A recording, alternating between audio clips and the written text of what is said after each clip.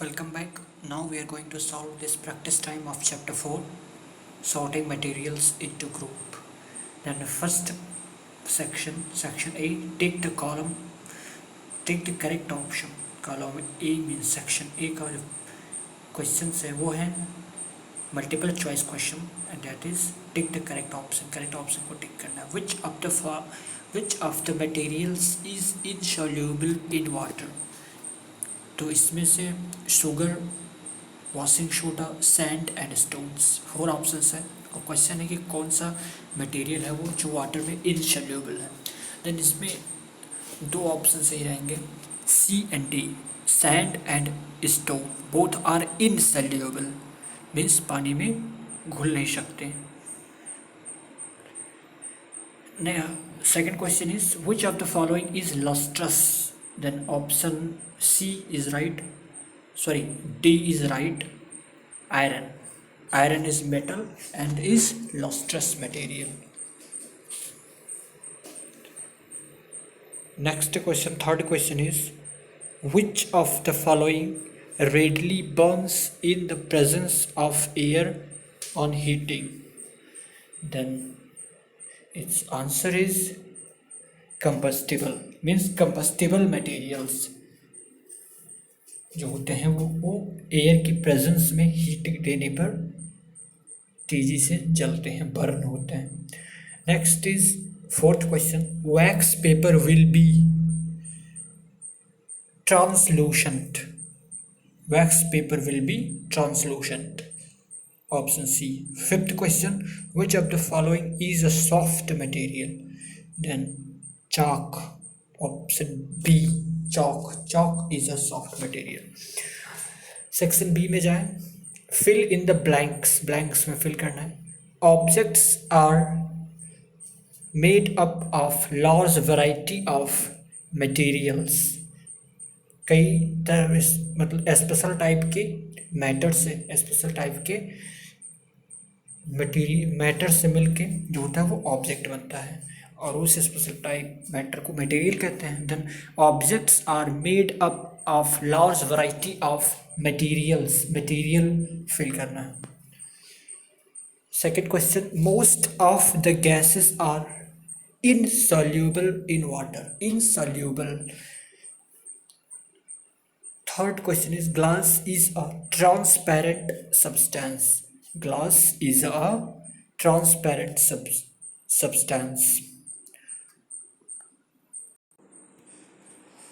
Next question 4. Cotton, wood, silk are naturally occurring materials, whereas plastics, glass, shops are man-made materials. Then first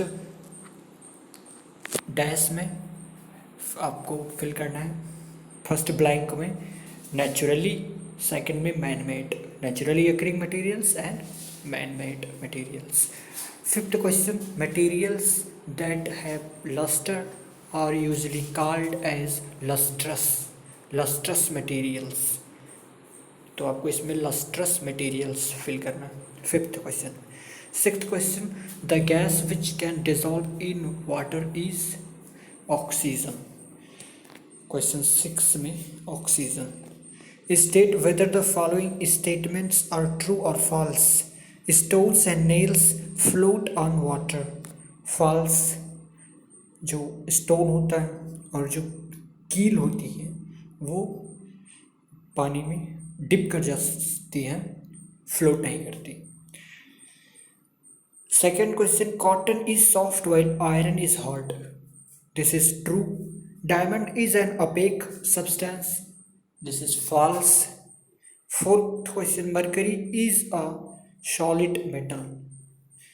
then false. Mercury is a liquid metal. तो fourth में होगा false. Fifth question, alcohol is an incombustible substance. ये भी false. Fifth is false. Alcohol is an incombustible substance. False होगा. Alcohol जो है वो combustible है, उसको हीट करने देने पर वो बर्न होता है, जलता है. Right two examples of each of the following. Miscible liquids, ऐसे लिक्विड्स जो वाटर में घुल जाते हैं. तो इसमें आप एल्कोहल्स और वाइनेगर्स ये दो लिख सकते हैं, अल्कोहल्स एंड वाइनेगर्स। अल्कोहल और वाइनेगर में सिरका जो होता है, एसिटिक एसिड जिसे कहते हैं, then vinegar and alcohol. Second, immiscible liquids.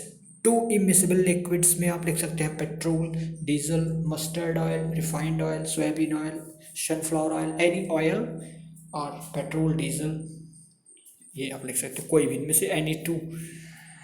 Third question, soluble substances in water.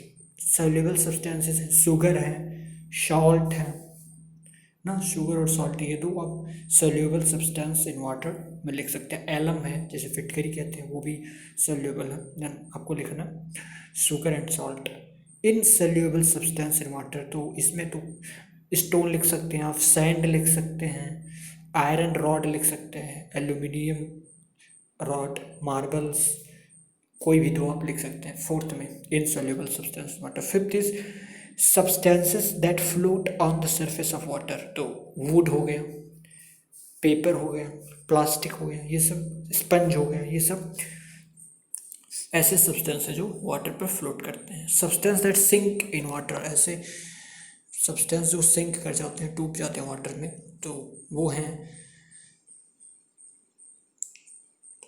उसमें आप लिख सकते हैं marbles, iron rods, stones, bricks, कोई भी दो। शॉर्ट आंसर क्वेश्चंस हैं। First question is what is a material. Material क्या है? देन फर्स्ट क्वेश्चन का आंसर यहाँ पे है, a special kind of matter is referred as material. A special kind of matter is referred as material.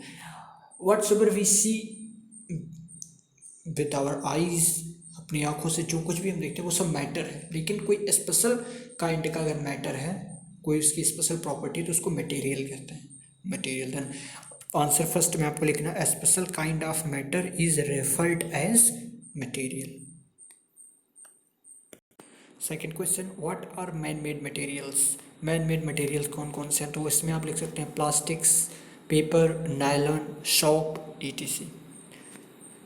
Next question, what is solubility. Solubility क्या, solubility की definition, तो आप यहाँ से लिख सकते हैं, dissolving property of substances into water is known as solubility.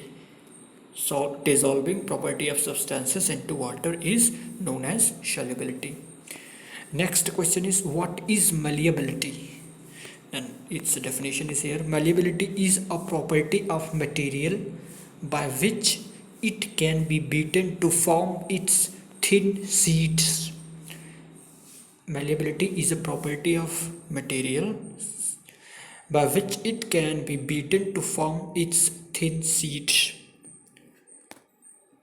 Malleability एक ऐसी प्रॉपर्टी जिससे मटेरियल्स को, बेसिकली मेटल्स को बीट करके, पीट करके पतली सीट्स, थिन सीट्स में कन्वर्ट किया जा सकता है। तो मेलेबिलिटी वो प्रॉपर्टी है, और यह मेलेबिलिटी ज़्यादा करके मेटल्स में मिलती है, धातुओं में, और सबसे ज़्यादा गोल्ड में। Next is what do you mean by transparency. Then answer number fifth is here, transparency is ability of material to allow light to pass through it. Transparency is ability of material to allow light to pass through it. Then short answer questions. Now this long answer questions and give reasons. We will cover this two section in next video.